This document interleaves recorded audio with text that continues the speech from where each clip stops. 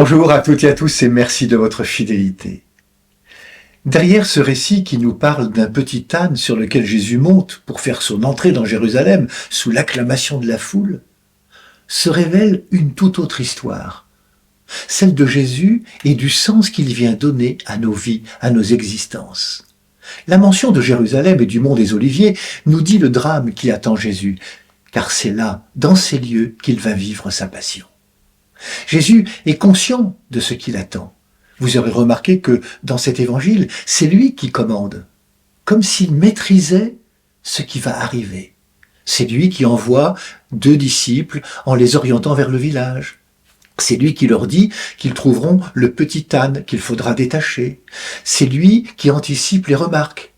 Si on vous dit, que faites-vous là? Cette maîtrise de Jésus illustre parfaitement cette parole de l'évangéliste Jean. Ma vie, nul ne la prend, mais c'est moi qui la donne. En marchant à Jérusalem, Jésus se prépare à la dernière étape de sa vie terrestre. Sa vie qu'on va lui prendre est en fait une vie qu'il donne. Ma vie, nul ne la prend, mais c'est moi qui la donne. Cette foule qui aujourd'hui l'acclame, Hosanna, Hosanna, et qui dit qui il est vraiment, autrement dit celui qui vient au nom du Seigneur, cette foule criera dans quelque temps à mort, à mort.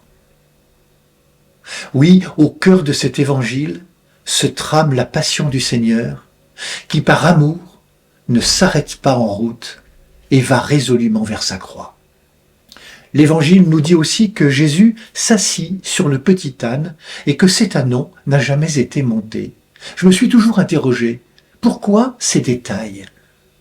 Souvent dans l'Évangile, Jésus s'assoit et c'est pour enseigner.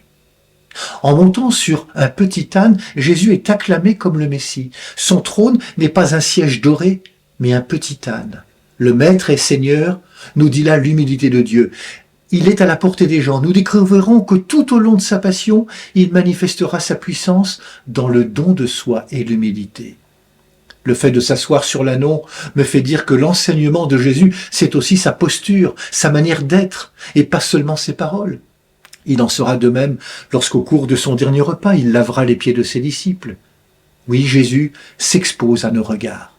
Alors, au cœur de cette semaine sainte, suivons-le dans l'offrande qu'il nous fait de sa vie, par amour pour nous. Bonne préparation à Pâques, à toutes et à tous. Prenez bien soin de vous et des autres.